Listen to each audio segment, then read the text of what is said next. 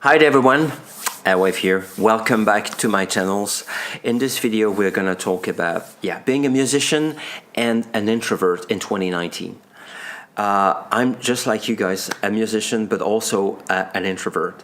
So if you joined this video now, welcome first of all. And this is the first one of a series of let's say blogs that I'm gonna do about about this subject. Being an introvert in the music industry in 2019 is challenging, but it's feasible. This one is all about introductions. So please subscribe to this channel and let's interact. Introduce yourself in the comments below so I can follow up a little bit, and so we can build it from there. And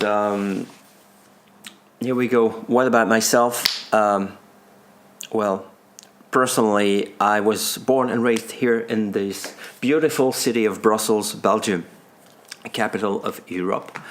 A city that's nowadays full of expats, which is a good thing, a very good thing. I love my city. I love its population and everything else. And it's full of colors as well.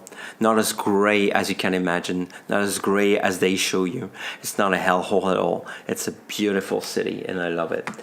And the coolest thing about Brussels is that it gathers so much history, but also so many events that happen here. And musically, it was really rich in events. And this is how I became a musician. So first, the introvert. I was born like one. This is not something, it has nothing to do with parents or history. You cannot blame something or someone for that, except yourself, of course. But it's also a very good thing to be an introvert as a young person, because you develop other skills and other tastes, and you look for yourself actually through practicing an art or a sports, whatever it is. And so you build your skills. This is what we all do after all, but extroverts have the passion of talking about what they do, and introverts, on the other hand, just focus on improving themselves all the time. Actually, this is what I like about my personality. I keep improving. Every single day of my life is a brand new occasion to improve myself, and this is what I'm doing right now. So fast forward to when I was 10, I discovered electronic music to this record. Probably know it. Very good movie, but the music was absolutely mind-blowing. Then shortly after that, in the 90s, while playing video games that contained a lot of chiptune music that I love, by the way, I discovered this record. That was back in 1991, and actually the follow-up album to this one, which is Magnetic Fields. I don't have it on vinyl, unfortunately. I wish I had. It's my favorite from this artist. And then fast forward to 93, 94, I discovered progressive rock through these guys. You probably know them. Pink Floyd, Dark Side of the Moon. It's a 1973 album, but it's great. And then fast forward to the early 90s, where I discovered electronic dance music for the clubs and everything, because we were inundated. Actually, we were drowning through middle school into the sound of house music and techno music, getting exploding in the clubs and venues such as Boccaccio Live and Cherry Moon in its early days. And I was a big fan. I was not a big fan of it, but I was like intrigued by it and curious about it. But it was not really what got me into electronic music. Then I discovered, of course, the sound of Enigma, like many others, and New Age music.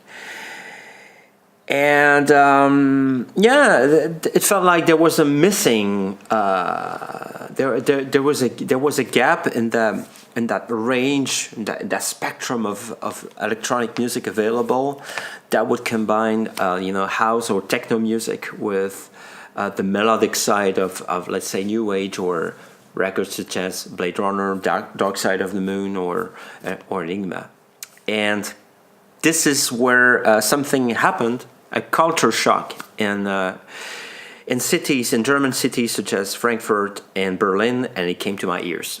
So Energy 52 was probably the first record. I believe I have it here. Yeah, this is Café Del Mar, Energy 52. Influenced by a Belgian record by Wim Martens, Struggle for Pleasure, but it's a wonderful, wonderful piece of music actually. So simple and beautiful for that time. 1994, if I remember correctly. So made in Berlin, but released on IQ Records in Frankfurt, Germany. But after all, it was the development of European dance music. So the day it was released, it was already in Belgium. So. That says a lot about the evolution of electronic music. Everything was going so fast back in the day. It was funny. So this is how I got into trying to make my own version of this new sound and we called it trance music, but it doesn't sound like trance nowadays, but it's. That was the name of the genre back then, and then it led me to make a few attempts first of all, and I remember the first time someone gave me feedback on my stuff, like a random guy, and he told me it was a failed attempt to create house music, and that was probably the detonator, because I was, my ego was so hurt, so much that I just wanted to wrong him, to prove him wrong. And I think over the years I did very well, and that's a good side of being an introvert. So, you don't react to these things. You feel hurt, and people see that. And they make even more fun of you. But being an introvert and a highly centered person helps a lot, because it helps building yourself up. It helps improving yourself. And without this, without this whole pain that I endured during my teenager days, because I had very, very hard teenager days, bullied at school, and many more things, very difficult communication with my parents as well. But I love my parents, nevertheless, and I'm not here to talk shit about anyone anyway. So, but you see what I mean? It's you're looking for self-improvement, and So I discovered the joy of synthesizers through two friends of mine, and saying hi. It's great that this passion and this bullying and everything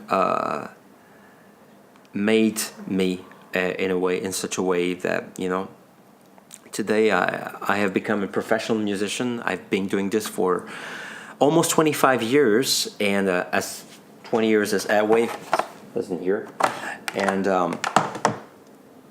that's the way it is. And if I hadn't been highly sensitive, if I hadn't been an introvert, I'm sure that I would have given up after 5 years probably, or something.